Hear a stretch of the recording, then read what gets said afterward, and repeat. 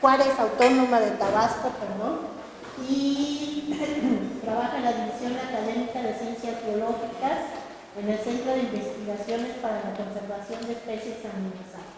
Realizó sus estudios de licenciatura en Biología en la Universidad Autónoma Metropolitana, Unidad Xochimilco, y sus estudios de posgrado en Ciencias Pesqueras en la Universidad de Oregon, en donde recibió la beca Fulbright como mejor estudiante de posgrado en investigación de fisiología de peces.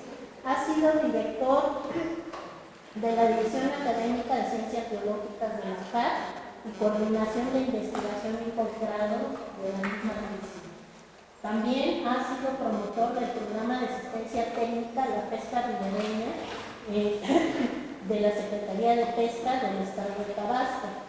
Su línea de investigación es reproducción de peces nativos e inversión sexual, trabajo que lo ha canalizado al cultivo de especies de peces nativos para una acuacultura sustentable y en los esfuerzos de recuperación de poblaciones silvestres sobreexplotadas.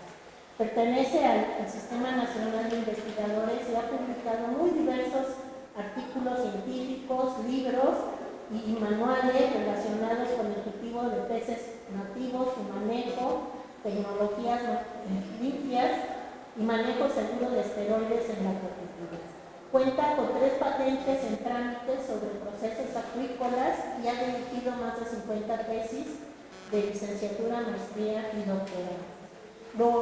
Esta experiencia le ha permitido llevar a cabo proyectos juntamente con Pemex, contribuyendo así a una cordial relación entre grupos de pescadores de altura y ribereños con la paraestatal, sobre todo en los estados de Campeche y Veracruz.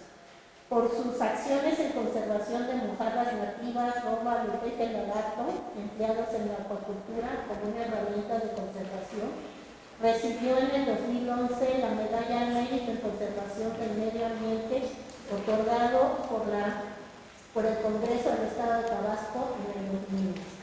Lo dejamos con el doctor, que nos va a hablar sobre 3 especies en acuacultura en Tabasco. Le damos la bienvenida. Muchas gracias, Katy. Gracias.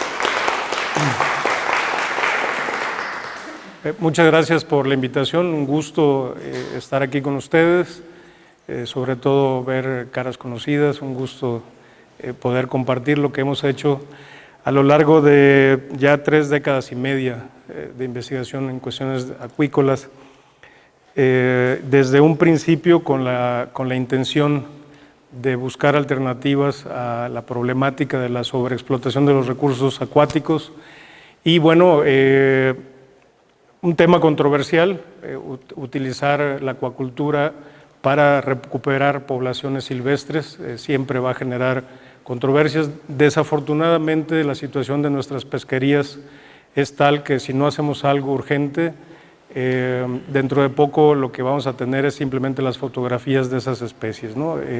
Hay varias que ya se encuentran muy amenazadas. Desafortunadamente las estadísticas pesqueras no reflejan mucho la realidad de lo que sucede, sobre todo porque se nos habla de cuántas toneladas se capturan, pero lo que no se nos dice es que el esfuerzo pesquero ha aumentado considerablemente, entonces se siguen trayendo a lo mejor las mismas toneladas, pero con un esfuerzo de pesca mucho mayor. Las zonas de pesca cada vez están más retiradas y los bancos que se explotan, la mayoría están sobreexplotados, ¿no? Entonces voy a tratar, le decía a Katy que hice un esfuerzo por comprimir muchísima información, además es un trabajo más bien histórico, porque la idea es compartir lo que para mí es una pasión, espero poder transmitir la gran urgencia que tenemos de trabajar con los recursos, tanto para conocerlos, porque lamentablemente ni siquiera conocemos bien sus ciclos biológicos y ya tenemos que manejarlos, ya tenemos que buscar alternativas de conservación. Sin embargo, todavía tenemos grandes vacíos de información donde los biólogos tenemos que entrarle a esto, ¿no? Una de las cosas que me encontré pues fue fotografías históricas, ¿no? Yo ya ni me acordaba que encontraba, que teníamos estas fotos, y le decía a Katy, esta foto es histórica, es de hace como 25 años más o menos, todavía éramos jóvenes, pero es el primer desove de peje lagarto inducido con hormonas, el primero que habíamos hecho en la historia. Habíamos hecho antes algunos, pero no los inducíamos, simplemente los animales estaban maduros y teníamos condiciones un poco ad hoc y los animales desovaban, y a partir de aquí dimos un giro considerable al cultivo del peje lagarto. Voy a también hablar un poco de las mojarras nativas, también sobreexplotadas de agua dulce, y algunas especies de robalos que hemos estado trabajando en la costa de Tabasco. Obviamente esto es el trabajo de una gran cantidad de gentes, al final voy a dar los agradecimientos a algunos de ellos, sin embargo son tantos los que han contribuido para esto que me disculpo de una vez si omito algunos nombres, porque sí es un gran equipo de trabajo que ha ido pasando por la universidad. El peje lagarto simbólico por muchas razones, ahora más que antes, ¿verdad? Pero este es el bicho con el que trabajamos por más de 30 años ya. Las mojarras, una gran cantidad de cíclidos nativos. Tenemos la tenguayaca, es una mojarra muy preciada por ser carnívoro, tiene un excelente sabor, alcanza grandes tallas. Tenemos mojarras que se conocen tradicionalmente como paletas, pero de esta hay varias especies. De estas, además, con constantes cambios en su clasificación, porque ha habido muchos, antes les llamábamos ciclasoma, de repente cambiaron a vieja, otros cambiaron a mayaeros, ahora hay propuestas nuevas. Entonces, voy a procurar nada más usar los nombres comunes para no confundirlos, pero la castarrica, por ejemplo, que ahora está propuesta como mayaeros urophthalmus, soporta una pesquería de agua dulce muy importante. Las mojarras paleta, sinspilum y la tenguayaca más escasas, sobre todo por una población más pequeña y con una sobreexplotación muy grande, ¿no?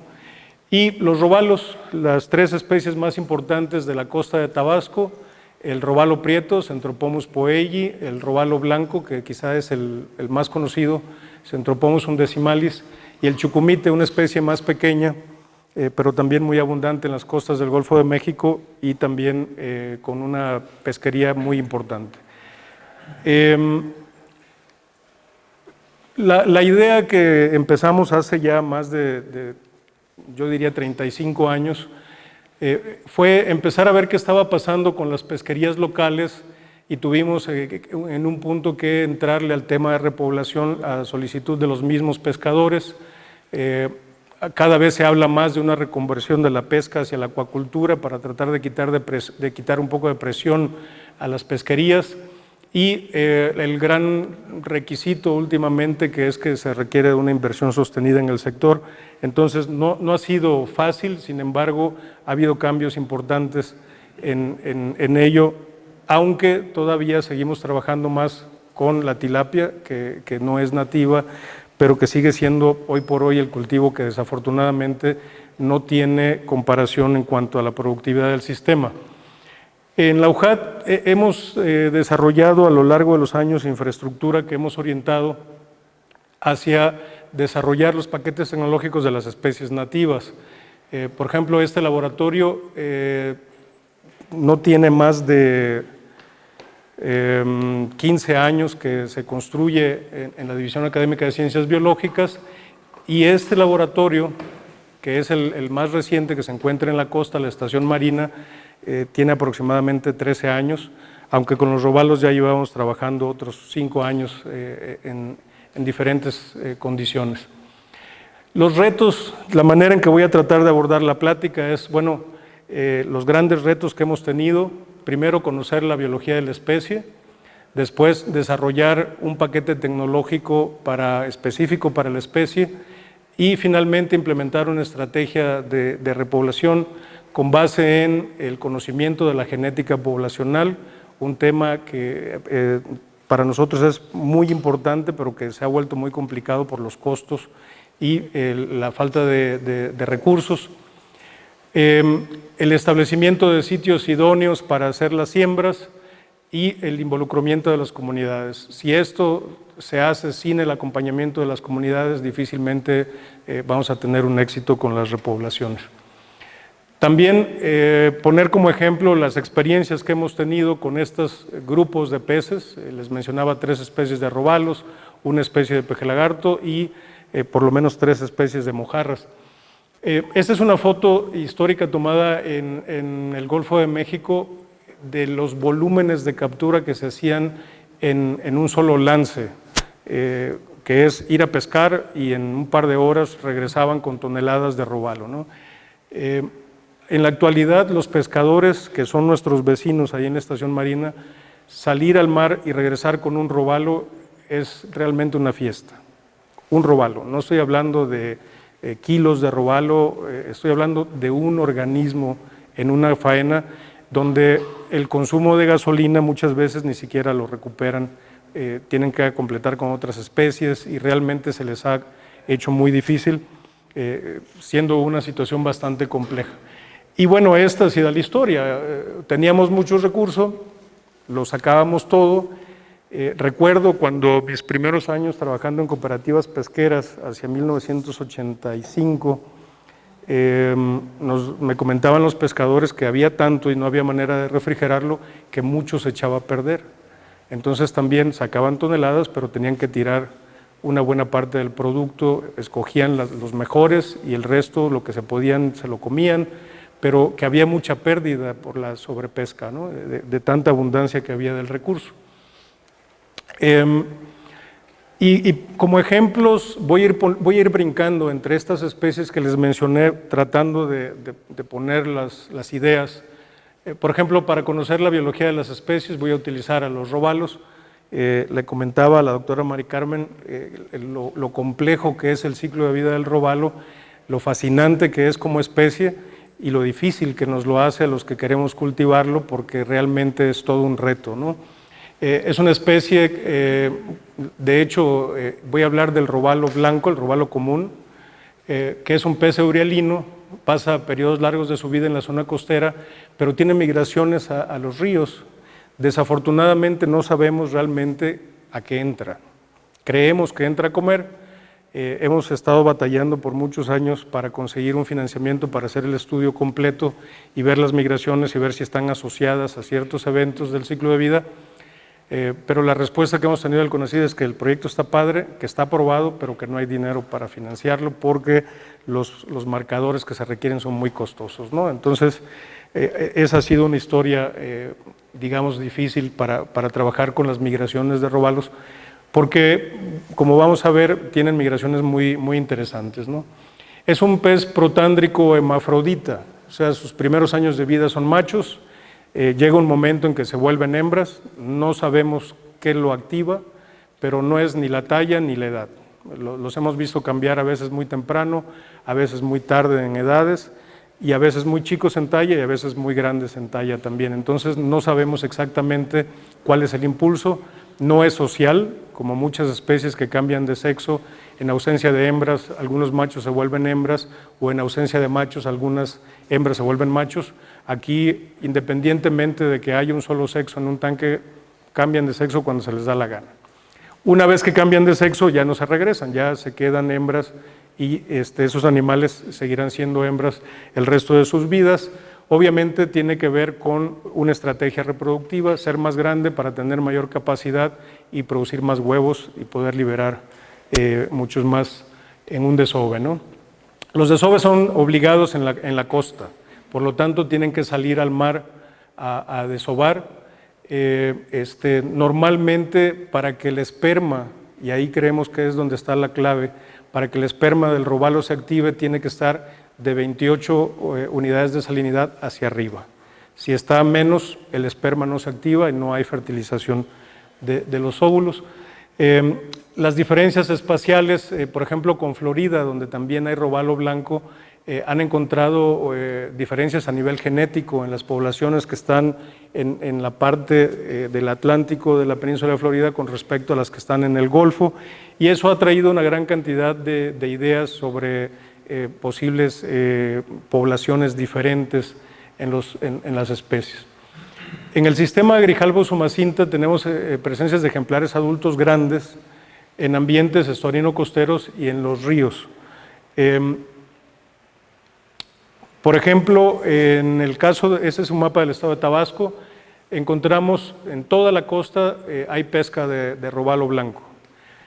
Y también se puede encontrar una población muy grande que constantemente migra, entra por el río Sumacinta hasta la frontera con Guatemala y se encuentran animales ya en un avanzado estado de madurez para desovar. Sin embargo, allá andan en agua dulce y allá no pueden desovar. Entonces creemos que la migración es muy rápida para la temporada en que ellos quieren estar afuera y reproducirse, ¿no? Entonces, aproximadamente 300 kilómetros de distancia en agua dulce y entran y salen con una facilidad impresionante. Uno los puede tomar de agua de mar y ponerlos en agua dulce y su capacidad de osmorregulación es increíble. Y lo mismo al revés, pues los podemos tener en agua dulce y pasarlos a agua de mar sin ningún problema. Entonces, es un animal con una capacidad osmorreguladora impresionante, un ejemplo, un modelo para estudiar todos los procesos celulares en osmorregulación, ¿no? Voy a ponerles un ejemplo de lo complejo que es el ciclo de vida y lo que uno necesita conocer con un estudio que hicimos hace apenas unos años en dos ambientes, el ambiente marino y el ambiente, perdón, ese es el ambiente dulceacuícola y ese es el ambiente marino. Esto es para darles una idea de la temperatura que se encontraba en el ambiente dulceacuícola, la temperatura marina con muchos menos fluctuaciones. Con respecto al oxígeno disuelto, patrones totalmente diferentes en el ambiente marino con respecto a, perdón, en el ambiente dulceacuícola con respecto al ambiente marino. Y también en conductividad, una conductividad muy alta para la zona marina, con una conductividad prácticamente nula en la zona de agua dulce. Esto se refleja obviamente en una salinidad que fluctúa dependiendo de la temporada del año entre alrededor de 18 partes hasta 33, 34 partes dependiendo de la temporada del año, mientras que en la zona donde encontramos las poblaciones de robalo la salinidad no pasa de 2 partes por millar, ¿no? Entonces, ambientes totalmente contrastantes, sin embargo, ahí encontramos juveniles, adultos, hembras maduras muy fácilmente. Y en el ambiente marino encontramos que hay una gran proporción de hembras con respecto a la cantidad de machos, mientras que en el ambiente dulceacuícola hay una menor cantidad de hembras comparado con los machos. Y eso tiene que ver con las edades. Los jóvenes tienden a estar más en agua dulce y los jóvenes, recuerden, son todos machos, entonces es más fácil encontrar. Sin embargo, hay una proporción interesante de hembras bastante grandes en el ambiente dulceacuícola. Y lo podemos ver en su relación talla-peso. Estas son hembras en agua dulce, con una amplitud mayor en la distribución de los animales, y estas son hembras en el ambiente marino. Encontramos solamente organismos a partir de 65 centímetros, mientras que los machos en agua dulce, pues desde muy pequeños, y en el ambiente marino solamente machos grandes que están reproduciéndose ya constantemente. Entonces, ¿por qué toda esta información sobre su ciclo de vida? Bueno, porque para poder hacer una propuesta de manejo en cautiverio tenemos que entender todos los cambios por los que pasa el animal, ¿no? Recuerdo una experiencia precisamente de algunos compañeros de ustedes en Ciudad del Carmen. Tenían una estación allá en Ciudad del Carmen, tenían un lote de robalos, estaban haciendo un seguimiento y la mayoría eran machos. Y habían planeado en el siguiente año hacer un desove y cuando fueron a ver, casi no tenían machos, la gran mayoría eran hembras. Entonces, todavía no conocíamos exactamente la parte del hermafroditismo en robalos, entonces había una gran cantidad de incógnitas y había muchos errores también en lo que procurábamos hacer, y ese nos llevaba a conocer mucho mejor lo que está pasando en el ciclo de vida del animal para poder hacer propuestas de manejo. Y estas son las etapas de madurez, mayor, digamos, avance en los estadios de maduración de hembras en el ambiente marino que en el ambiente dulzacuícola. Sin embargo, hay presencia de hembras ya en maduración avanzada en el ambiente dulzacuícola, y lo mismo con los machos. La mayoría de los animales ya en fases avanzadas de reproducción, de maduración, perdón, en el ambiente marino con respecto al dulzacuícola, aunque ya se encontraban machos en fase avanzada de espermatogénesis. Ahora voy a cambiar hacia la segunda parte, la necesidad de crear un paquete tecnológico, y voy a usar el ejemplo del peje lagarto. Con peje lagarto nos tardamos aproximadamente 15 años en desarrollar, en cerrar el ciclo de producción. Obviamente cuando empezamos con los pejelagartos teníamos mucho menos herramientas, mucho menos equipos, menos conocimiento, entonces fue un proceso todavía mucho más lento. Lo que hemos logrado hasta ahorita, desde la selección de reproductores de diferentes poblaciones de la costa de Tabasco, la inducción al desove, aquí les pongo una fotografía bastante antigua. Los huevos de pejelagarto son adherentes, entonces necesitan un sustrato donde desovar. Aunque la hembra esté lista para desovar, si no tiene un sustrato no desova. Entonces usábamos el pasto natural, lo cortábamos, lo poníamos en los estanques de reproducción. Obviamente había fermentación, había todo un lío.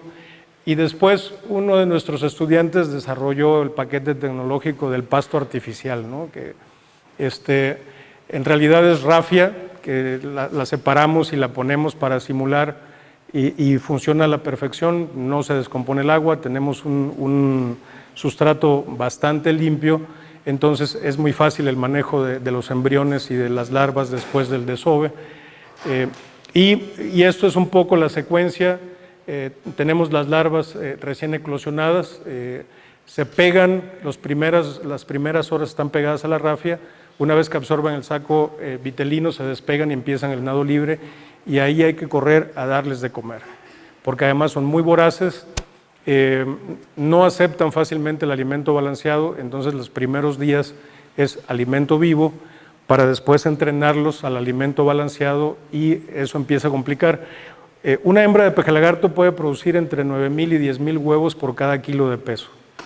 Entonces, una hembra de 5 kilos, 10 kilos, ya estamos hablando de una cantidad de larvas que empiezan a consumir una buena cantidad de alimento vivo. Entonces, para la larvicultura desarrollamos diferentes protocolos, utilizamos náuplios de artemia para alimentarlos, lo hemos ido cambiando con el tiempo, pero con eso empezamos. Trabajamos en sistemas de crecimiento para luego migrarlos a alimento balanceado, que desafortunadamente aún no tenemos quien produzca el alimento para pejelagarto, no hay una industria desarrollada, entonces tenemos que darles alimento para trucha, que es lo más cercano a sus requisitos alimenticios, ¿no? También logramos trabajar la fase de engorda para llevarlo ya a cultivos donde en la etapa de engorda final se convierte ya atractivo, porque tiene una tasa de crecimiento interesante, rápida, algo que nos sorprendió porque en 6 meses se pueden sacar animales entre 500 y 800 gramos, que viene siendo equivalente al cultivo de la tilapia. Sin embargo, el costo del alimento todavía sigue siendo un tema. Si usamos alimento para trucha, para un animal que no requiere tanta proteína, se vuelve caro, ¿no? Sin embargo, puede ser redituable si se hace bien, ¿sí? En el caso de las mojarras, también hemos venido desarrollando con estas 3 diferentes sistemas, mucho más simples, mucho más fáciles, aunque ya se hace en algunas granjas a nivel intensivo. Hemos estado trabajando con estanques muy pequeños y la producción es muy buena, muy eficiente. Aquí hay cuidado parental, entonces hay que esperar a que los padres tengan la puesta, separarlos y llevarlos a un sistema de larvicultura. Y bueno, esto lo que requiere es mucha mano de obra para estar separando puesta por puesta y después llevarlos a los sistemas donde se va a hacer la larvicultura. Consumen alimento balanceado, sin embargo, es mejor la supervivencia si los primeros días utilizamos también alimento vivo. Entonces, en este caso, el náuplio de Artemia salina también es una buena alternativa para esto. Hemos trabajado la parte de masculinización para el control de la reproducción en los sistemas y hemos estado trabajando requerimientos nutricionales, tasa de crecimiento, selección genética, dietas. Todavía falta mucho por hacer en el caso de los cíclidos porque son de lento crecimiento y realmente no ha generado mucha expectativa de cultivo para comercialización. Sin embargo, para repoblación ha habido un éxito bastante aceptable, ¿no? Y en el caso de los robalos, también el paquete tecnológico nos ha tomado alrededor de 15 años, un poco más difícil por las condiciones que hay que manejar: agua dulce, agua de mar, el cambio de sexo, se tiene que inducir a fuerza el desove, si no los animales no desovan, a diferencia de otras especies, tiene que ser inducido. Sin embargo, hemos logrado, al menos con robalo blanco, con robalo prieto y con chucumite, ya una propuesta bastante fácil de manejo. Contamos con instalaciones a la orilla de la costa. Tenemos una estación marina donde mantenemos los lotes de reproductores y ahí llevamos a cabo el trabajo. Y en los estanques de mantenimiento logramos darles a lo largo de un año el alimento para que maduren bien. Este es un ejemplo de un lote de reproductores para después llevarlos a la inducción del desove, ¿no?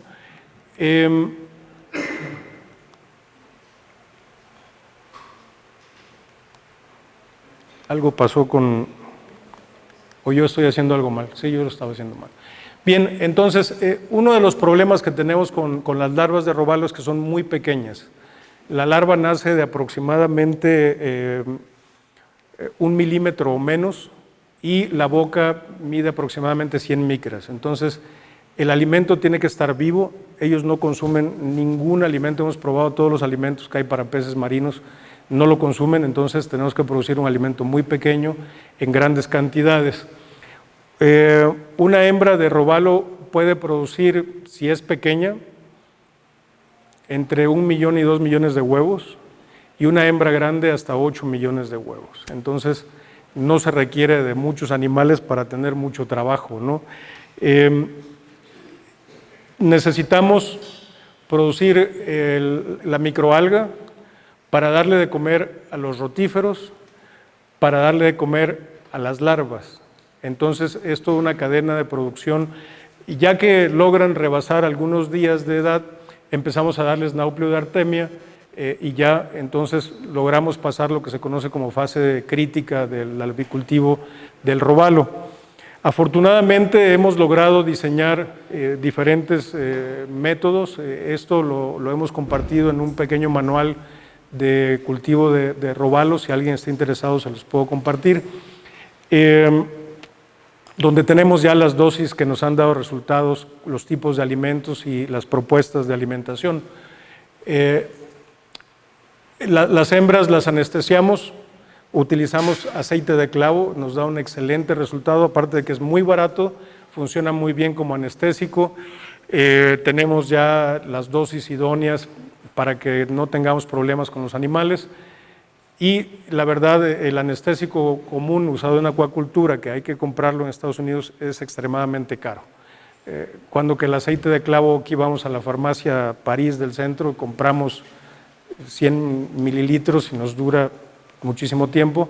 Es un muy buen anestésico para trabajar con ellos y no tenemos ninguna secuela después de estarlo utilizando por mucho tiempo con estos animales. Hacemos implantes hormonales caseros. porque también comprarlos ya hechos es muy caro y bueno, la ciencia en México no alcanza como para presupuestos tan robustos, entonces aprendimos a hacerlos, los elaboramos nosotros, compramos la hormona y preparamos la dosis que necesitamos y los implantes los vamos dosificando para inducir la reproducción. Ella es una de las colaboradoras, Mari ha avanzado mucho, ella es la que hace los implantes y tiene el mejor manejo de los reproductores, aunque Alejandro también ha sido un factor importante en el avance de estos trabajos, ¿no? Dependiendo de la especie, utilizamos tanques grandes, estos son tanques de 3 metros de altura con 3 metros de diámetro.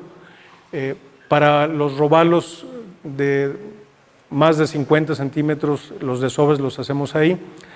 Tienen una conducta muy interesante cuando están en el cortejo, los animales se van al fondo y van nadando en círculos y van subiendo hasta la superficie y en ese proceso van desovando y el macho va fertilizando los huevos. Llegan a la superficie y se vuelven a sumergir y así están horas y horas y horas liberando los huevos, ¿no? Y los peces pequeños los desovamos aquí. Ahorita estamos haciendo algo bien interesante. Les cambiamos el sexo desde temprano.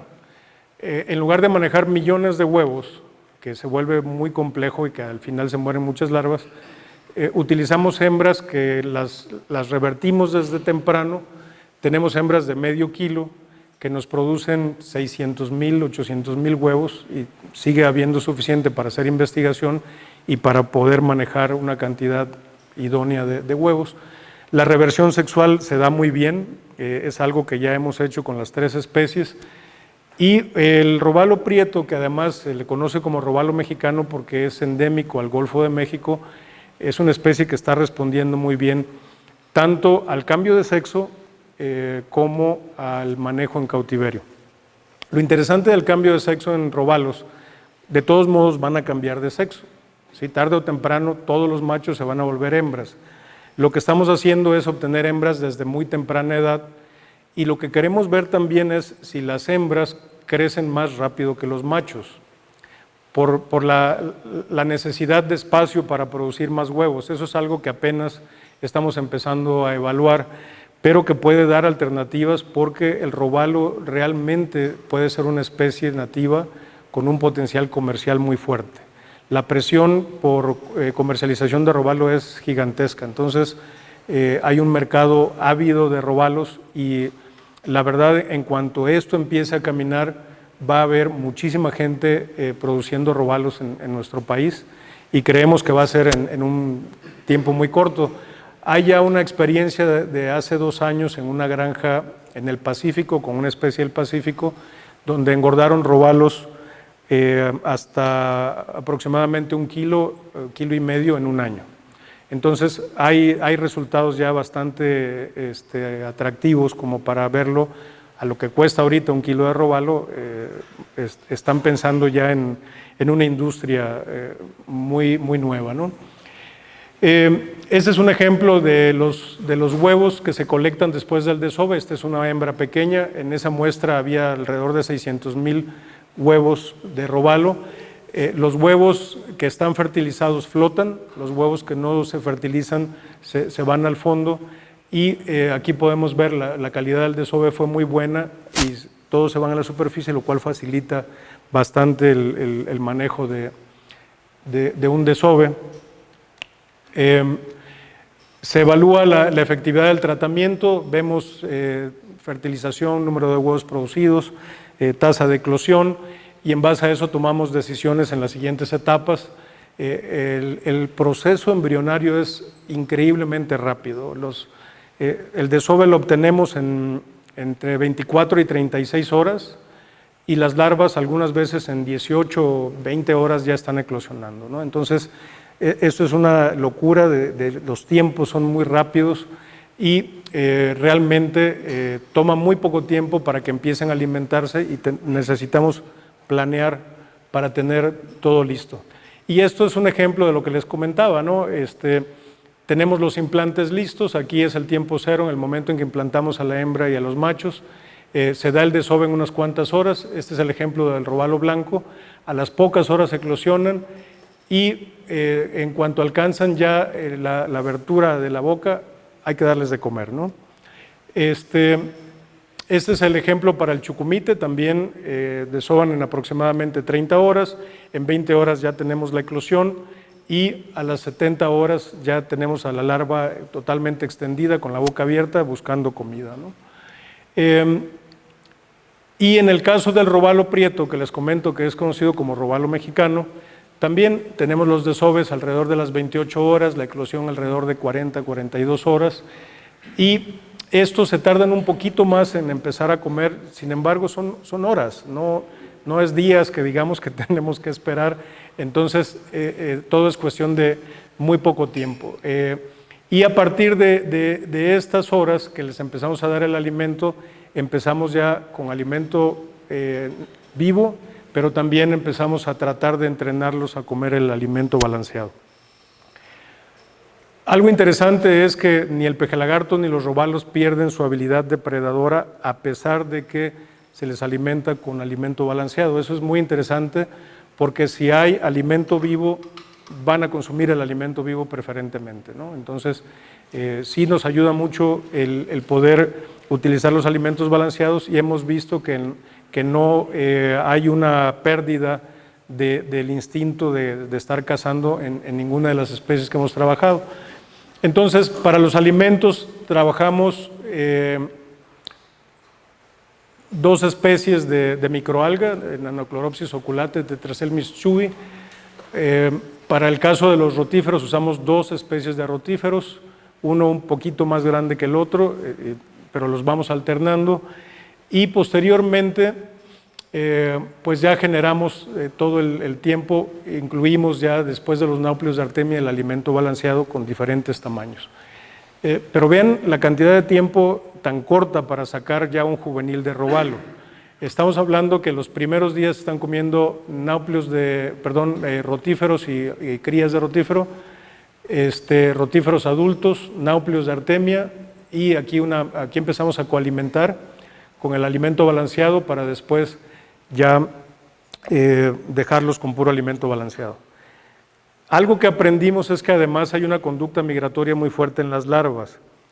Nacen en el ambiente marino, pero empiezan a nadar después de cierto número de días en círculos de una manera muy vertiginosa, y al inicio no sabíamos qué quería decir eso. Después dijimos, bueno, y si es una conducta que tiene que ver con una migración, y empezamos a jugar con las salinidades para ver qué pasaba, y empezamos a ver que al empezar a cambiar, las salinidades en estos tiempos en que empiezan a darse ya esas conductas de nado muy rápido, empezamos a bajarle agua salobre, bajamos la salinidad a ciertas partes por día, más o menos 5 unidades de salinidad por día, hasta llegar a agua dulce completamente. Y las larvas siguieron perfectamente bien, siguieron comiendo, y lo que sí observamos es que no se pueden quedar en el mar. Es como un cambio que requieren hacer.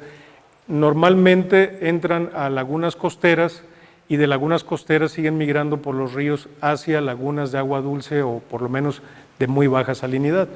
Eso también nos llevó un tiempo entenderlo para poder sacar adelante el larvicultivo. Esto además implica que hay que estar contando diariamente cuánta microalga hay en el tanque, cuánto rotífero, para que las larvas tengan siempre alimento y podamos sacar adelante la larvicultura. Pero tenemos claro que en 1 mes y medio nosotros ya estamos sacando un juvenil de robalo que ya prácticamente puede mantenerse en cualquier condición de cautiverio en las instalaciones. En estos días es prácticamente imposible siquiera moverlos. Al inicio pensamos que era nada más algo que estábamos haciendo mal, pero las larvas, con solo sacarlas del tanque, se mueren. Entonces no podemos mover las larvas fácilmente. En el lugar donde se monta el larvicultivo, ahí se tienen que quedar hasta el día 45. Son muy susceptibles al estrés, al grado en que animales de ya 1 centímetro, si uno los estresa demasiado o los saca de su tanque, se mueren de manera inmediata. Es increíble. Entonces esa es otra parte que ha costado mucho trabajo, porque el animal no es muy fácil de manejar en los primeros 45 días. Después de eso ya no hay problema. Ahora, el gran debate con el usar la acuacultura para repoblación de especies nativas es, ¿y si estamos generando nosotros mismos un cuello de botella? Si tenemos nada más un lote de padres que tiene una limitada genética, podríamos estar causando nosotros el problema. Entonces nos pusimos a investigar cómo estaban las poblaciones genéticamente. Les voy a dar un ejemplo con peje lagarto, que lo hemos estudiado últimamente. El peje lagarto es un bicho muy interesante. A lo mejor algunos de ustedes habrán escuchado que además se ha vuelto como el traductor de genes, porque en la parte evolutiva, en los pasos que se dieron de los peces más, digamos, más recientes, el peje lagarto es un pez ancestral. Se calcula que hay fósiles desde el Jurásico, y por su condición genética se ha utilizado para traducir los genes de algunos peces más modernos. Por ejemplo, el pez cebra, que se ha estado utilizando mucho para estudiar enfermedades, se ha utilizado mucho para tumores, estudios de cáncer están saliendo muy interesantes en pez cebra, pero cuando quisieron decodificar los genes del pez cebra hacia el humano, no había correspondencia. Entonces decían, bueno, si tengo un tumor en la aleta, ¿cuáles son los genes que codifican algo parecido a la aleta? Pensaríamos que es la mano, ¿no? En los humanos. No había manera de hacer la similitud. Había avances en las investigaciones con tumores y con otras enfermedades, pero no había correspondencia en genes. Y a un grupo de investigación de Estados Unidos se le ocurrió que podrían tal vez pasar por un bicho ancestral que tuviera un poco más de similitud con los vertebrados superiores. Y resultó ser el peje lagarto. Entonces, resultó que los genes que codifican para las aletas en el pez cebra codifican para las aletas en el peje lagarto.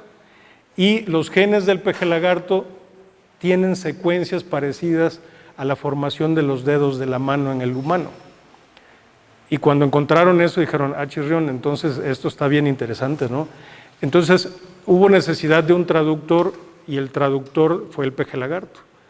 Eso la verdad fue sorprendente, es algo que no tiene ni 10 años que empezó a darse.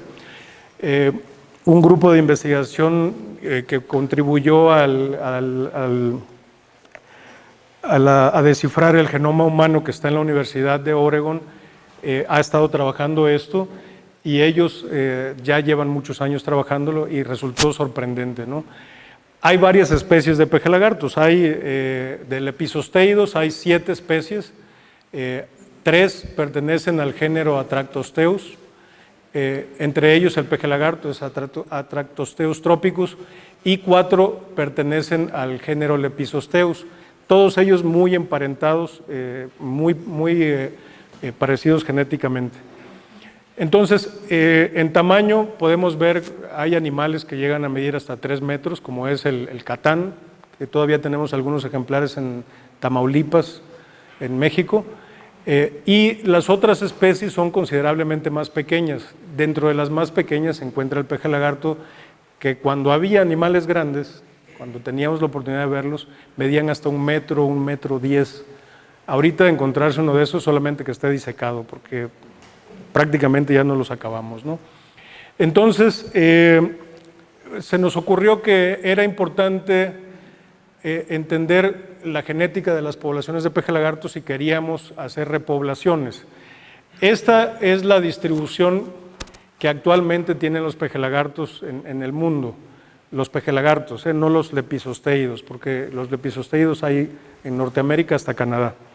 Pero peje lagartos solo hay en el sureste de México, empezando por más o menos el río Coatzacoalcos. Antes había más arriba, pero ya nos los acabamos. Y todo Tabasco, parte del norte de Chiapas hasta Guatemala.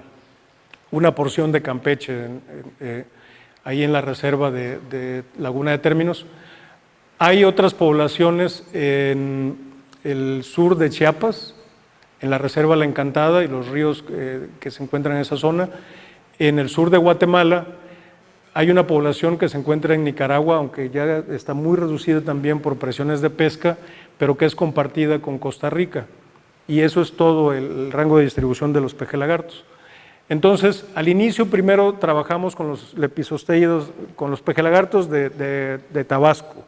Queríamos saber si había mucha variación genética en las poblaciones que tenemos o si había ya indicios de que algo estaba pasando. Entonces, nos fuimos a muestrear varias granjas y nos fuimos a muestrear un montón de poblaciones silvestres. Lo interesante fue que hay más variación genética en las granjas que en los silvestres. Y la explicación que encontramos ahí, o sea, no tiene sentido, porque son granjas muy recientes, los animales provienen del medio silvestre, pero encontramos que las granjas han ido seleccionando animales. Hay una granja que lo seleccionó por color, porque vende en el mercado de acuariofilia pejelagartos de colores.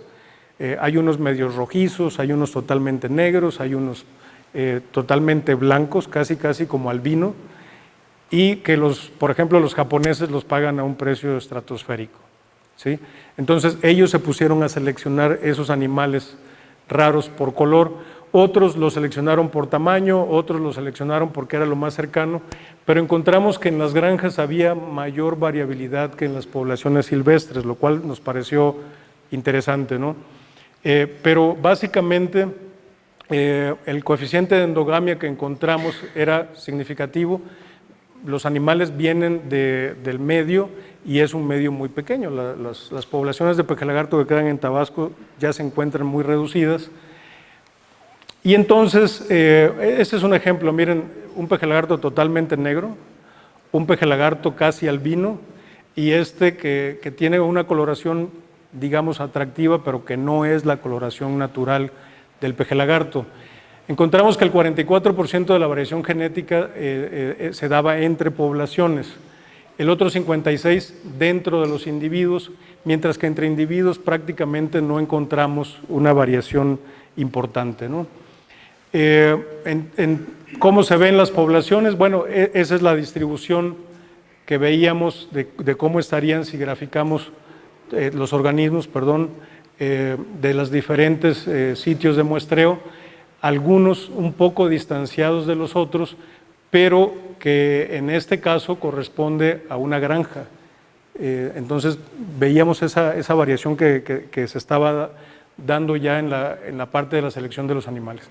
Después salió un artículo que hizo estudios de genética de pejelagartos y se atrevieron a decir que la población que se encuentra en Guatemala, en la zona del Petén, podía ser una especie diferente, lo cual nos llamó muchísimo la atención porque geográficamente están conectados con el río Usumacinta. Nos parecía muy extraño que hubiera ese tipo de situación, nada más que ellos estuvieron trabajando con marcadores mitocondriales y ahí el problema que veíamos es que no reflejaba toda la variabilidad de los padres, sino nada más había una parte.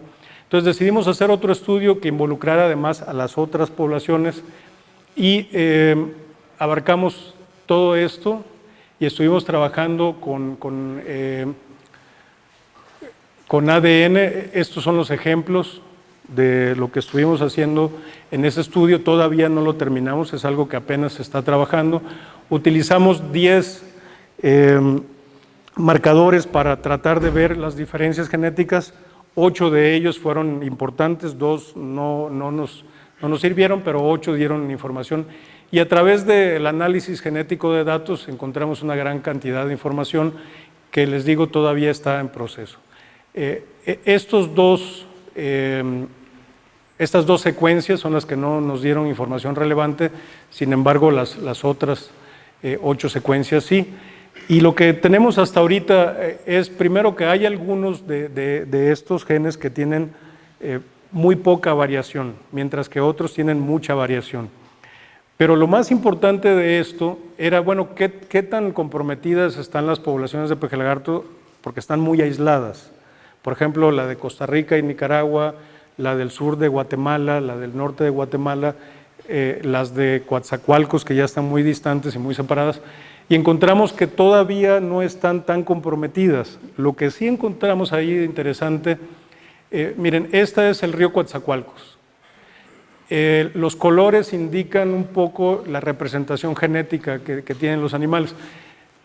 Y podemos ver aquí un poquitito de color rojo, que es compartido con estas otras poblaciones que tienen rojo. El verde, que es compartido con otras poblaciones, que es abundante en verde, y un poquito de azul, que también lo tienen estas otras poblaciones. Entonces, lo que vamos a ver es que este es el río Coatzacoalcos, cómo nos vamos metiendo hacia la zona de Tabasco, Campeche, el río Sumacinta, Guatemala, Guatemala en la zona sur, para llegar al final hasta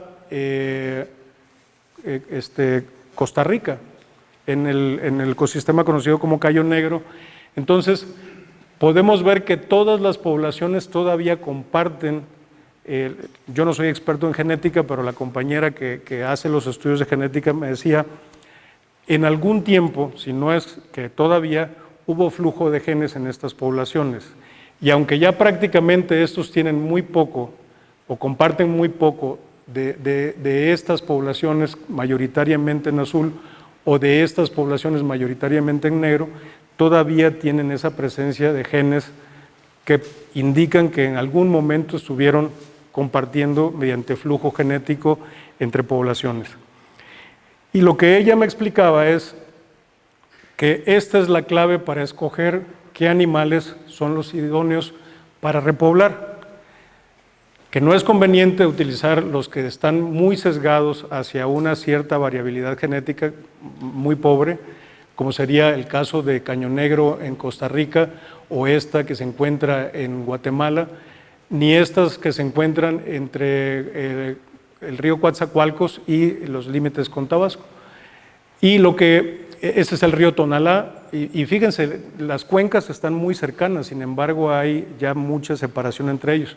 Y el comentario de ella es, hay que utilizar estas poblaciones que tienen todavía, que comparten la variabilidad genética de los animales para tratar de repoblar los ecosistemas independientemente que tengan esto, porque si no, esta parte se va a extraviar y va a quedar completamente aislada. Eso obviamente para nosotros es una herramienta muy poderosa, porque entonces ya nos permite ver qué poblaciones nos pueden dar los mejores reproductores para no regarla a la hora de hacer repoblación. Ahora, lo que es bien cierto es que hay poblaciones que ya desaparecieron, ya las exterminamos. Entonces, también uno dice, bueno, algo tenemos que hacer y tenemos que hacerlo pronto, porque hay muchos ecosistemas donde ya las poblaciones de peje lagarto fueron totalmente erradicadas. Entonces, esto es lo que estamos haciendo ahorita, el meternos a la parte genética de las poblaciones para poder justificar cuál es la mejor población para repoblar con bases genéticas y no nada más con bases de colores o con bases de tamaño, de crecimiento rápido, sino más bien para mantener las poblaciones lo más cercano posible a lo que alguna vez lo fueron. Y bueno, lo que hemos estado haciendo ya es que después de que utilizamos los organismos que necesitamos para la investigación, hacemos repoblaciones, hemos hecho varias repoblaciones ya, tanto con robalo blanco como con robalo prieto, seleccionamos áreas de refugio que los mismos pescadores nos recomiendan, porque ellos luego las vedan también. Se liberan juveniles de cierta talla. En Florida unos amigos están haciendo liberaciones de robalo también y ellos han estado compartiendo que la tasa de sobrevivencia de robalos liberados es relativamente alta comparado con otras especies. Ellos hablan de entre el 50 y el 60% de sobrevivencia después de haber sido liberados, lo cual es bastante exitoso para los estándares de liberaciones de muchas especies, ¿no? Y esto, algo que también para nosotros fue bien interesante, la primera liberación de robalo mexicano en el río González, que es muy cerca de donde estamos trabajando, Hemos compartido también con productores que están interesados en empezar granjas de robalo, y la parte del involucramiento de las comunidades ha sido fundamental. Trabajamos con ellos para seleccionar sitios, para seleccionar especies, para seleccionar reproductores, y realmente es donde tiene éxito el proyecto, porque si no lo hacemos con ellos, la verdad es que esto no funciona, ¿no? Entonces, hemos trabajado con varias comunidades, tanto el quitar un poco la presión por pesca haciendo acuacultura con especies nativas. Aquí hay algunos datos de engorda de peje lagarto, que en 5 meses logramos sacar un promedio de 500 gramos, lo cual es bastante bueno, con producciones estimadas de 1.5 a 3 toneladas en un sistema con un tanque nada más, que para una familia es bastante, ¿sí? Entonces, esto nos permite quitar la presión de la pesca al tener la acuacultura, y además en un mercado que demanda cada vez más animales, sobre todo porque el peje lagarto tiene mucho valor turístico. Las perspectivas que tenemos: necesitamos afinar los paquetes tecnológicos, elaborar dietas acordes con las especies, implementar una estrategia de repoblación, y el gran reto es el financiamiento, que a nivel nacional es muy escaso, un mayor involucramiento de los gobiernos, la elaboración de políticas públicas y la implementación de programas integrales, y sobre todo mantener la participación comunitaria en planes de manejo que involucren vedas, tallas mínimas y máximas y las cuotas de pesca. Desafortunadamente no tenemos nada de eso en el país y nuestras pesquerías se están yendo a pique, ¿no? La idea es conservar los peces nativos para que sigamos disfrutando de sus valores ambientales, económicos y culturales. Si no han probado un peje lagarto, no se lo pueden perder. Tienen que ir a Tabasco a probarlo, ¿no? Y bueno, les decía, esto ha sido a lo largo de 30 años un equipo de trabajo principalmente coordinado por su servidor, Salmón Páramo, Arleda Hernández, Ulises Hernández, Gabriel Márquez, y lo más importante, el trabajo de los estudiantes, que ha sido fundamental para generar toda esta información. Lamentablemente, yo diría que el 80% del financiamiento que hemos recibido ha venido de Estados Unidos. Y es realmente lamentable. Los pocos apoyos que hemos tenido ha sido vía Conapesca, Inapesca, la Conavio, que nos apoyó con un laboratorio, y eso fue muy difícil, porque además el dinero había ido de Tabasco hacia Conavio y Conavio tenía el compromiso de regresarlo, si no, nunca se hubiera dado. Pero es realmente muy difícil porque no estamos en ciencia básica, estamos tratando de aplicarla al máximo, entonces muchas veces los financiamientos para ese tipo de investigación se vuelven muy complicados. Es todo un reto y estamos ahí, a veces financiando nosotros mismos lo que estamos haciendo, ¿no? Y bueno, eso es un poco lo que quería compartir con ustedes. Sé que son muchas ideas, pero la idea es decirles todo lo que hay detrás de la propuesta de conservación de peces nativos utilizando la acuacultura como una herramienta de trabajo. Muchas gracias. Si hubiera tiempo para preguntas.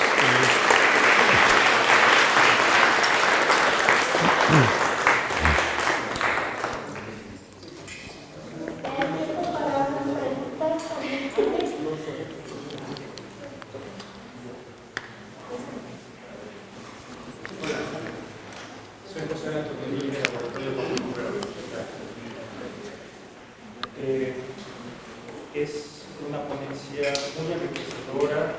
Muchas felicidades por el trabajo que hay detrás. Gracias. El enfoque y las perspectivas son magníficas. Y me ha llamado muchísimo el interés porque nosotros en nuestras líneas de investigación no hacemos la parte genética, pero sí hacemos la parte ecológica y bioenergética de las especies, y estamos también en la fiscalía de acción. Entonces, tenía algunas preguntas y dudas, si me gustaría ver si podemos conectarlas. Claro. Me decía en la primera parte, cuando hizo la introducción, que tenían un problema en cuanto a diseñar el alimento para peje lagarto, que no habían podido, digamos, tener una buena aproximación para hacerlo. No tiene ni idea de No, tenemos ya las propuestas de alimento, lo que no hay es quien lo produzca, porque como no hay una industria, es como un círculo vicioso. No tienes una industria que requiera grandes cantidades, entonces a ningún productor de alimento, salvo ahorita que hay una empresa que tiene plantas pequeñas, no se animan a producirlo porque ellos tienen que parar su producción. Por ejemplo, producen alimento para perros, alimento para tilapia, o alimento para gatos, ¿no? Entonces, echar a andar una producción, lo mínimo que pueden producir son 10 toneladas. Y 10 toneladas para nosotros, pues no las podemos comprar, ¿no? Y el mercado de peje lagarto en Tabasco todavía no alcanza a organizarse como para decir, vamos a comprar 10 toneladas entre todos y ya las consumimos. Afortunadamente, tenemos todos los balanceos ya. Sí, tenemos ya, además por etapas, tenemos para la etapa larvaria, juvenil y engorda, y las de reproductores también. Ahorita estamos con una empresa del alimento que producen, se llama Top Fish. Ellos tienen plantas pequeñas y ellos nos dicen, yo les puedo producir hasta 1 tonelada de alimentos si quieren. Pero además acordamos ahorita que nos van a enviar alimentos para hacer las pruebas y poderlas ir ya diseñando específicamente, porque una vez que tengamos un alimento que se produce en pocas cantidades, el mercado va a empezar a salir de manera natural. Pero sí tenemos ya los balanceos para cada una de las etapas. Magnífico. Bueno, al inicio de su ponencia comentaba que la parte genética de evaluación, creo que era en el caso de Robalo, era un poco difícil porque los matadores que tenían que emplear salían muy costosos y que por eso no les habían dado financiamiento, decían que tenían aprobado su proyecto, no les daban apoyo. Ese era el de migraciones. Bueno, en el de migraciones ha sido muy difícil conseguir el financiamiento, pero también el de genética ha sido muy difícil. Hemos aplicado en los proyectos, por ejemplo, CONACYT no se interesa mucho en este tipo de proyectos de investigación aplicada. Sin embargo, claro, es lo que decimos nosotros también. Sin embargo, hemos tratado de juntar grupos y la invitación hecha para quien quiera sumarse a esto, para buscar financiamientos colectivos y ver si entre todos podemos hacer un proyecto que nos permita bajar esos recursos. La parte de migración tampoco les interesa mucho. Entonces, esos proyectos sí nos han aprobado el proyecto diciendo, académicamente está evaluado perfecto, pero ya no hay dinero para darles. O sea, te mandan a la cola y ya ahí ya no hay dinero. Entonces te dicen, adelante, hazlo, ¿no? Porque la migración de los peces no les interesa. Y la parte genética sigue siendo cara, a pesar de todos los avances que se han logrado, sigue siendo cara. Entonces tenemos que ver con lo poquito, tenemos todos los equipos así de última tecnología, los hemos logrado conseguir, pero simplemente diseñar los primers, mandar a hacer primers suficientes, ir a muestrear todas las poblaciones y luego procesar toda esa información. Por ejemplo, ahorita estamos haciendo el de Costa Rica, porque también queremos ver por cuencas cómo está la genética de castarricas. Son muy diferentes, que llegamos a pensar que puede haber hasta ciertos cambios en coloraciones, pensar hasta en tipos dentro de la misma especie, porque los que están en Yucatán son muy diferentes a los que están en Coatzacoalcos, crecen diferente, algunos se reproducen en agua dulce, otros en agua salobre. Entonces ahorita estamos en esa etapa.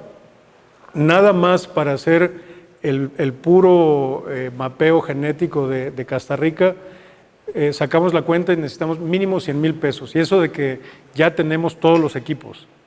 Entonces, para una tesis doctoral la tenemos que financiar entre el estudiante y yo.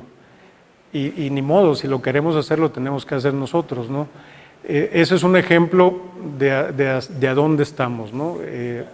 Pero no es mucho dinero si lo pensamos en lo que puede beneficiar este tipo de resultados, pero es una parte pequeñita, es saber la diversidad genética de una especie en las cuencas del sureste de México.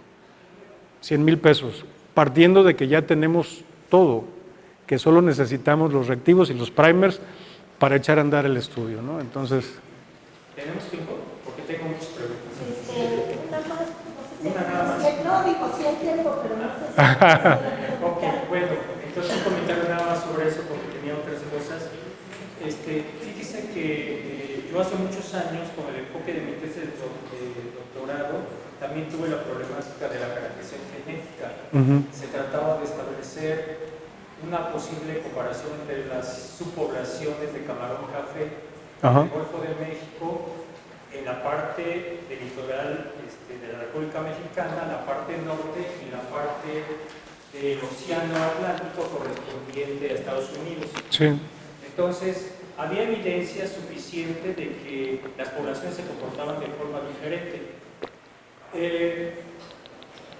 Digamos, avanzó el tiempo y cuando yo quise hacer el enfoque genético tuve muchos problemas para poder abordarlo. Entonces lo abordé desde el punto de vista bioenergético, la regresión bioenergética de las poblaciones y estableciendo las comparaciones respectivas.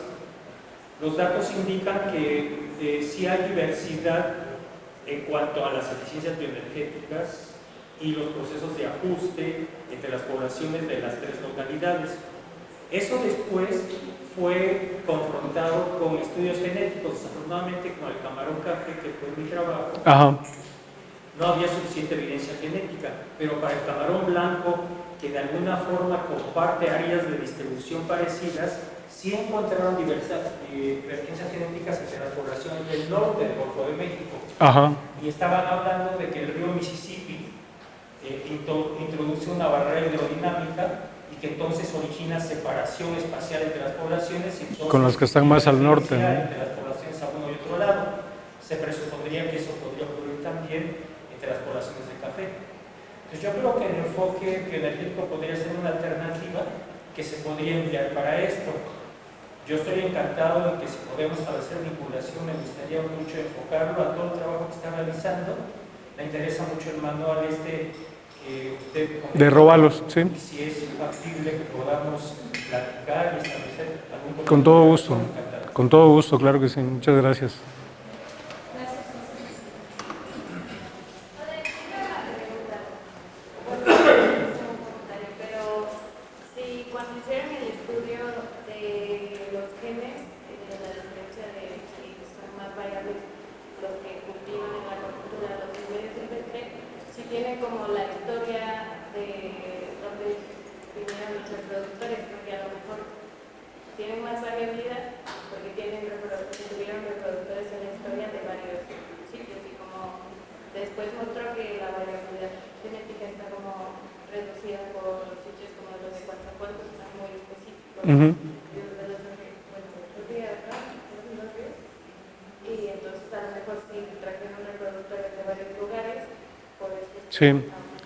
Sí, lo que pasa es que los acuacultores siempre buscan lo que más dinero les vaya a dejar, ¿no? Entonces, traen de las poblaciones silvestres sus animales, o sea, todos empezamos con poblaciones silvestres.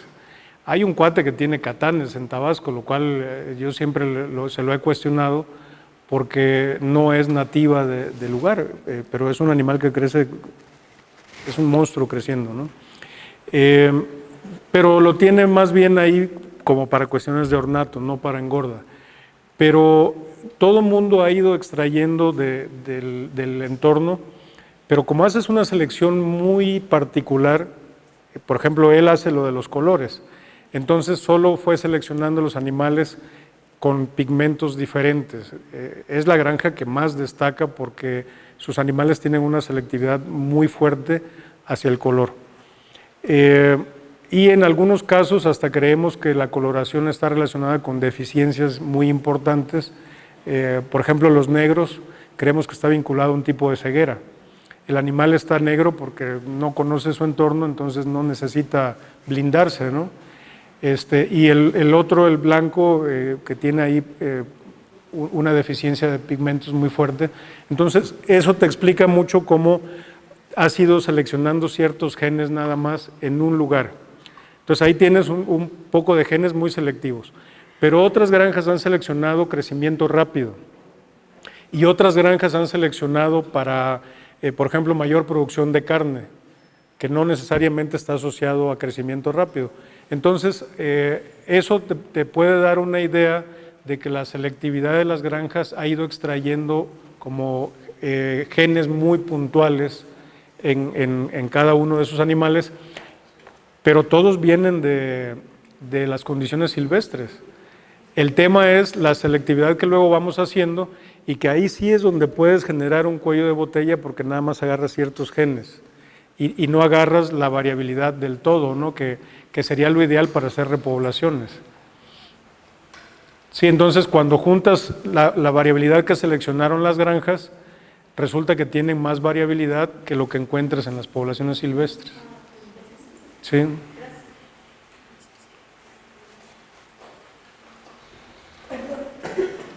¿Alguien más tiene preguntas? No, para... Sí. Por ejemplo, en el estudio que hicieron, que compararon con dos genes mitocondriales contra dos de los microsatélites, había comentado que en el de mitocondriales incluso habían como dicho que una parte de los lugares era una especie distinta, ¿no? Por la separación que hubo. Ellos habían propuesto de que hasta podían ser especies distintas. Cuando solamente agarras una parte del material genético, que ese es el caso que se dio en ellos, eran tan diferentes los animales de ese sitio que decían, no, esto puede ser una especie diferente. Pero ya cuando agarras realmente tanto la aportación materna como la paterna y puedes además darle seguimiento a muchos años, ahí ya vimos que en realidad no había esa separación, que lo que había ahí era un sesgo por la técnica que se había usado originalmente. Y coincide, por ejemplo, con su estudio de microsatélites también en la estructura de las poblaciones, que por ejemplo una que está totalmente en azul, coincidiera con la de los mitocondriales, que eran por ejemplo la que separaban como otra especie. Y ahí vieron que había flujo, que había flujo, Ajá. pero, o sea, coinciden como los segmentos. El ADN mitocondrial te da toda la descendencia vía materna, ¿no? Entonces ahí la información que tienes es todavía más fina que cuando trabajas con microsatélites, y muchas veces los microsatélites se pueden deber hasta cuestiones no necesariamente naturales. Pero en el caso del seguimiento de la secuencia materna te puede llevar a la historia de la población. Entonces, cuando comparas esos que todavía tienen cachitos compartidos con otros, la interpretación de la experta es, estas poblaciones en algún momento dado tuvieron flujo de genes y posiblemente ahorita ese flujo de genes se está deteniendo. Entonces ya el aporte que se observa más del centro hacia los extremos, que sería de la zona de Tabasco y norte de Chiapas hacia el norte de Veracruz y Costa Rica, que son las poblaciones más distantes, entonces es donde alcanzas a ver de que sí ya está habiendo una separación histórica de las poblaciones, pero lo que sí evidencia es que en algún punto estuvieron todas conectadas y con el paso del tiempo vas teniendo poblaciones más aisladas y que llega en un momento dado en que puedas generar cuellos de botella en esas poblaciones. El tamaño y que también ya la comunicación que antes había entre una cuenca y otra se ha ido perdiendo. Ese es uno de los problemas que está habiendo. Muchas poblaciones, es más, se sabe que los pejelagartos podían hasta salir al mar y meterse a otra cuenca, pero ya ahorita las poblaciones son tan pequeñas que las tienes confinadas a espacios muy pequeños con números muy reducidos. ¿Sí? Hay un comentario en relación con esto. La población de Río Suma Cinta es la que tiene, digamos, la proporción más equilibrada de los tres componentes. Sí. Entonces se podría emplear como un sistema para poder mantener la variabilidad genética. Sí, es lo que estamos pensando que sería la población que pudiera permitir el mantener la variabilidad genética en las otras que están muy cerradas ya. Hubo pejelagartos hasta en el río Papaloapan, pero parece ser que ya es muy difícil encontrarlos. ¿En el río Palizada no? En Palizada sí hay. Sí. Yo soy de Palizada. Sí, ahí todavía hay. Sí. Ay, ¿por qué había otra pregunta? Oye, una pregunta mía. La lata En el caso del peje lagarto hay canibalismo y esa es una estrategia muy interesante porque como son tan voraces, que cuando se acaban el alimento se empiezan a comer a sus hermanos. Entonces, una hembra que logra comerse un hermano, porque es mucho riesgo, se puede morir también, crece desproporcionadamente. Entonces, tú puedes tener en un desove solo 10 animales enormes que se comieron a todos sus hermanitos. Pero lo hacen solamente, eso es algo que no se ha estudiado y es bien interesante en términos de conducta y que además se ha ido pasando en los genes, porque solo lo hacen en una etapa muy corta de su vida y una vez que superan esa etapa, dejan de comerse a sus parientes. Entonces, es bien interesante porque solamente se da en un espacio muy corto, 15 días, un mes, y desaparece la conducta. Entonces, es algo que hemos ido aprendiendo, sin embargo, no se ha estudiado. Y en los robalos parece ser que también se da, pero ahí todavía no hemos llegado a esa etapa. Parece ser que si hay suficiente alimento, no depredan a sus hermanos. Pero los pejelagartos, aunque hay alimento, no falta el que empieza a morder a los otros, pero se los comen enteros. Entonces, el pejelagarto caza y agarra la presa, es un emboscador. Entonces, agarra la presa y lo va moviendo y hasta que pone la cabeza y se lo empieza a tragar. Pero sus hermanos son de su mismo tamaño.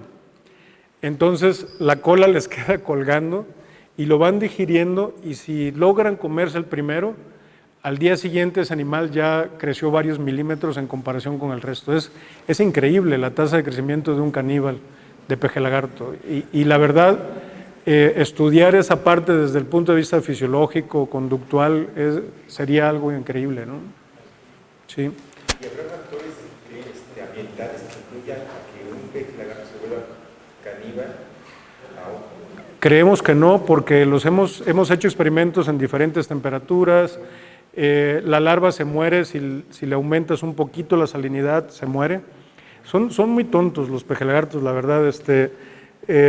Cuando son pequeños no toleran muchos cambios, pero tienen una gran ventaja, respiran aire atmosférico.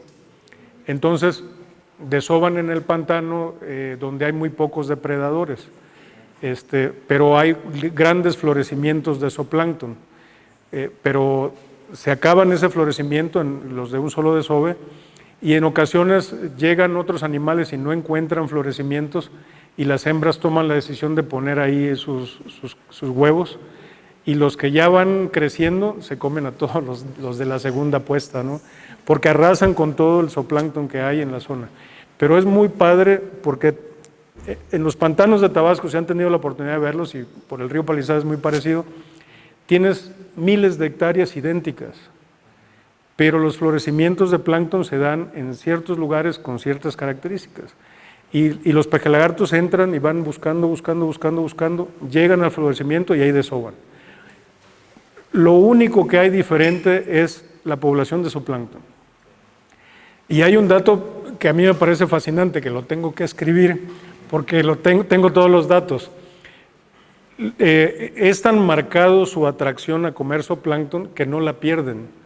Entonces, tú tienes un pejelagarto de 5 kilos, que si lo pones en un lugar donde hay un florecimiento de zooplancton, se pone a filtrar zooplancton, con unos dientotes enormes que se puede comer una mojarra de este tamaño y se pone a filtrar zooplancton. Eso es interesantísimo, porque en un estómago de un adulto puedes encontrar hasta masas de 5 gramos, 8 gramos de puro zooplancton que lo filtraron entre las espinas de las branquias y los dientes, ¿no?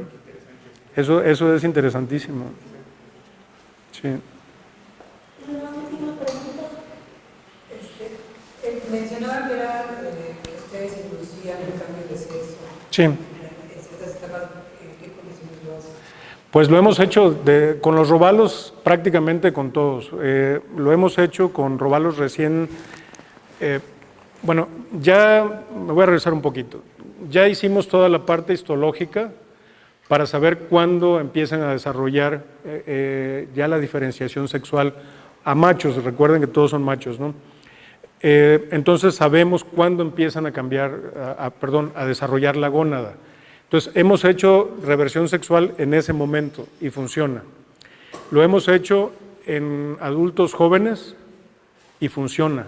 Y lo hemos hecho en adultos viejos, machos que han desobado varias veces como macho y funciona también. Todos los resultados nos han dado hembras funcionales que desoban, que sus crías son viables y funciona padrísimo. La verdad es que yo estoy sorprendido porque es una herramienta que nos está permitiendo mayor versatilidad. Imagínense el costo y el riesgo de tener robalos de 7 kilos en una estación en el mar donde no tenemos una planta de emergencia más que hay que salir corriendo a moverlas con gasolina y esto cuando se va la electricidad. Entonces hemos perdido animales muy grandes, muy costosos, porque la electricidad se fue todo un día y se nos acabó la gasolina y ya no pudimos resolver. Pero si tenemos animales que los revertimos desde pequeñitos, que pesan medio kilo, el consumo de oxígeno es menor, el consumo de alimento es menor, el riesgo de tenerlos ahí es menor, nos ha dado mucha versatilidad, porque además es un animal que se iba a volver hembra más tarde, ¿sí? O sea, es difícil cuando tenemos un sexo, como en el caso de los cíclidos, que le cambias el sexo, pero el animal iba a ser hembra y lo obligaste a ser macho, ¿no? En el caso de los robalos, todos van a ser hembra en un momento de su vida. Y la respuesta al estímulo es muy buena y no se regresan. O sea, en cualquier etapa de la vida lo puedes hacer y el resultado es positivo. Sí, son hembras funcionales.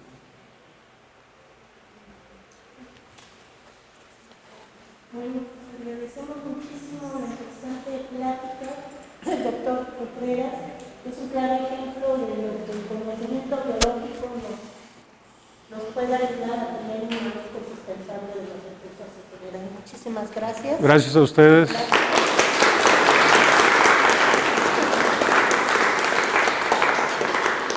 Los queremos invitar a la siguiente plática, que es el próximo martes, sobre enfermedades emergentes transmitidas por fauna silvestre en México, retos y perspectivas, por el doctor Gerardo Susán Asprí, del Laboratorio de Ecología de Enfermedades del Departamento de Ecología y Fauna Silvestre de la Facultad de Veterinaria de la UNAM. Muchísimas gracias por su asistencia y a ti, muchas gracias. Muchas gracias, muy amables por la invitación.